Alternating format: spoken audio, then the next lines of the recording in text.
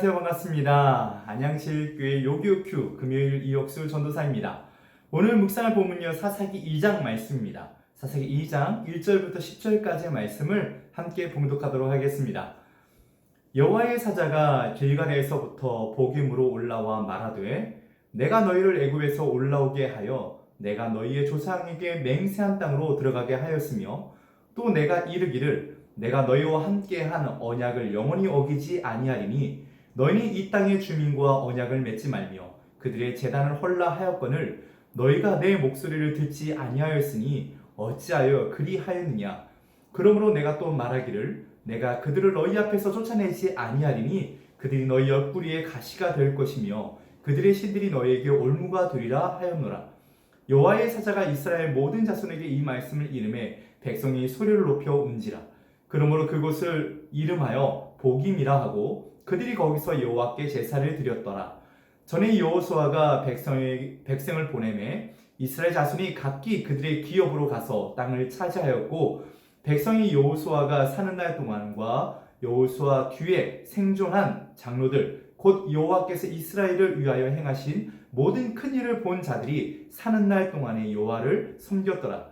여호와의 종 눈의 아들 여호수아가 110세에 죽음에 무리가 그의 기업의 경내 에브라임 산지 가스산 북쪽 딘납 헤레스의 장사였고 그 세대의 사람도 다 그 조상들에게 돌아갔고 그 후에 일어난 다른 세대는 여호와를 알지 못하며 여호와께서 이스라엘을 위하여 행하신 일도 알지 못하였더라. 아멘.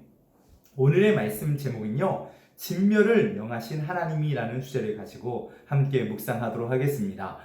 요즘 큐티 말씀은요, 사사기를 나누고 있습니다. 사사기를 나누고 있는데요, 이스라엘 백성들의 마음이 어찌나 왔다 갔다 하는지 참 말씀을 통하여 볼 때가 참 많은 것 같습니다. 또한 하나님께서 세우신 그 사사들을 통하여서 어떻게 활동을 하고 계시는지 한번 말씀을 통하여 많이 깨달아 알아가는 귀한 시간이 되기를 소망합니다. 오늘 사사기를 통하여 우리의 신앙의 모습을 뒤돌아보고 또 더 말씀 가운데 서려고 노력하는 저와 우리 청년 여러분 되기를 소망합니다. 오늘 말씀은 이스라엘 백성들이요, 출애굽한 이후에 430년간의 광야 생활을 마치고 드디어 가나안 땅에 들어가게 된 것을 보여지게 됩니다. 가나안 땅을 조금씩 이제 점령을 나가고 있는 가운데 행했던 과정들에 대한 말씀이 오늘 말씀에 나오고 있습니다. 가나안 땅을 점령하는 과정에서 이스라엘 백성들은 또 하나님께 어떤 범죄를 저질렀을까요? 어떤 죄를 범했기에 말씀에 기록되어 있듯이 하나님의 사자가 요단강을 건너서 길갈에서부터 올라와서 지금 있는 복임이라는 데까지 올라왔을까요? 그것은요, 이스라엘 백성들이 하나님의 명령을 지키지 않았기 때문입니다. 또 어떤 말씀을 안 지켰을까요? 하나님의 사자를 보내어서 책망할 정도로 어떤 죄를 범하였을까요? 그것은요, 하나님께서 이스라엘을 향하여서 너희가 가나안 땅에 들어간다면 너희 이것을 지켜라 하는 것 중에 오늘 말씀 두 가지를 말씀을 하고 있습니다. 그 땅 주민들과 언약을 맺지 말아라, 그리고 그들을 진멸하라 라고 명령하셨습니다.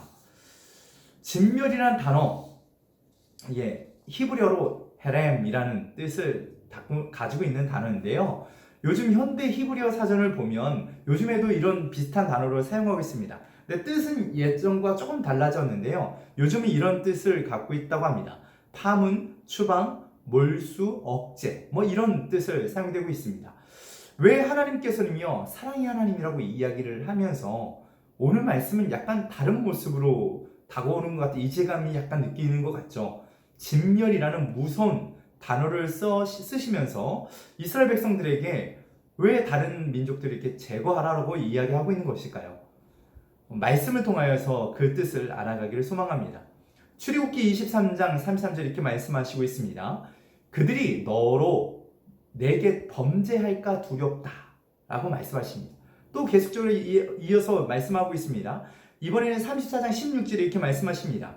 내 아들로 그들의 신들을 음란히 섬길까 두렵다, 걱정한다 라고 말씀하시고 있습니다. 음란한 모습을, 그 가나안 백성들의 음란한 모습을 닮아갈까 걱정하시고 있는 하나님의 마음이 우리는 엿볼 수 있습니다. 그리고 성경의 곳곳에 참 여러 가지 말씀을 많이 하고 있습니다. 그리고 오늘 또 민수기 35장 55절에는요, 이스라엘 민족들에게 계속적으로 이렇게 말씀하십니다. 그들이 너희를 괴롭게 할 것이다 라고 이야기하십니다. 또 신명기에는요, 그가 내 아들을 유혹하여 그로 하여금 야훼를 떠나가게 하고 하나님과 멀어지게 할 거다. 멀어진 것뿐만 아니라 여호와 하나님을 떠나게 될 것이다 라고 걱정하고 있는 말씀이 오늘 곳곳에서 드러나고 있습니다. 이스라엘 백성들을 지키기 위해서 하나님이 극단적으로 이스라엘 백성들에게 명령하시고 있는 것입니다. 영적으로 오염을 막는 확실한 방법은요, 그 오염을 이루는 그것들을 제거하는 것이 제일 효과적이라는 것을 우리는 알 수 있습니다.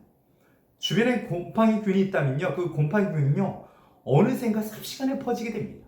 눈에 보이지 않는데 깨끗이 치웠다고 해도 그 곰팡이균은 공중에 남아서 계속 곰팡이를 피는 것을 우리는 알 수 있습니다. 어떻게 보면 제게 작은 것이라 할지라도 그 작은 것으로 말미암아 오염되게 되는 것입니다. 또 어두운 밤, 어두운 곳에 밝은 빛을 비춘다면 그 밝은 촛불 하나로 말미암아 주변이 환하게 되는 것을 우리는 볼 수 있고 알 수 있습니다. 이스라엘 민족들은요, 가나안 민족들에게 좋은 영향력을 끼칠 수도 있습니다. 하지만 그 반대로 나쁜 것은 빨리 따라한다고 하지 않습니까? 나쁜 것을 너무 빨리 배웠던 이스라엘 백성들, 하나님을 섬겨야 되는 이스라엘 백성이 오히려 가나안 신들을 섬기기 시작했고, 또 가나안 딸들과 결혼하면서 그들의 나쁜 부정적인 영향을 받았다는 것입니다.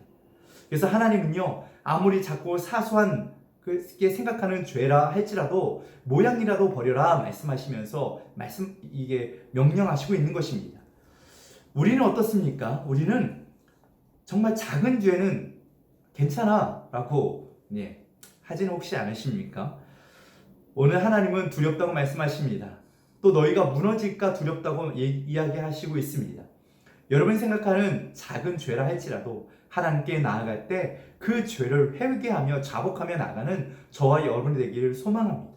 아무리 크고 튼튼한 댐이라 할지라도요, 그 댐에 작은 구멍이 생긴다면 그 작은 구멍으로 인하여서 그 댐이 무너지고 허물어지게 되는 것을 우리는 볼 수 있습니다.